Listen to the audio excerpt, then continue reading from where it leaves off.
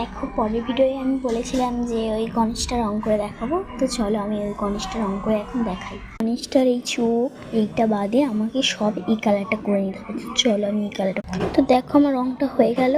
এবার আমি এই গাগুলো এগুলো ঢেকে দিয়েছি, সেগুলো এবার নেভি ব্লুটা দিতে হবে। এটা ক্যারামাইন ব্লু, আপনারা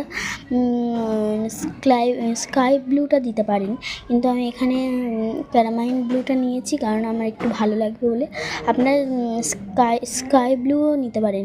এবার আমি ডিপ নীলটা দেবো। ডিপ নীল কিন্তু দেবেন না, স্কাই ব্লু নাহলে ক্যারামেল ব্লু দেবেন, ঠিক আছে? তো চলো আমি এবার এই ডিপ নীলটা দিই।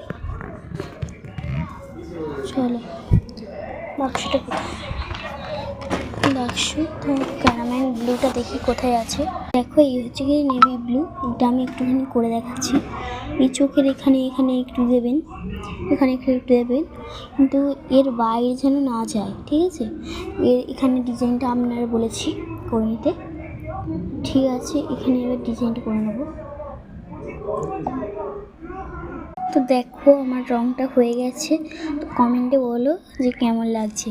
তো এই গণেশ ঠাকুরটা আঁকা কিন্তু খুব সহজ, আপনারা বাড়িতে ট্রাই করবেন। দেখো কতটা সুন্দর কালার এসেছে, আমি যেরকম বলেছি নেভি ব্লুটা দিলে কত সুন্দর কালারটা।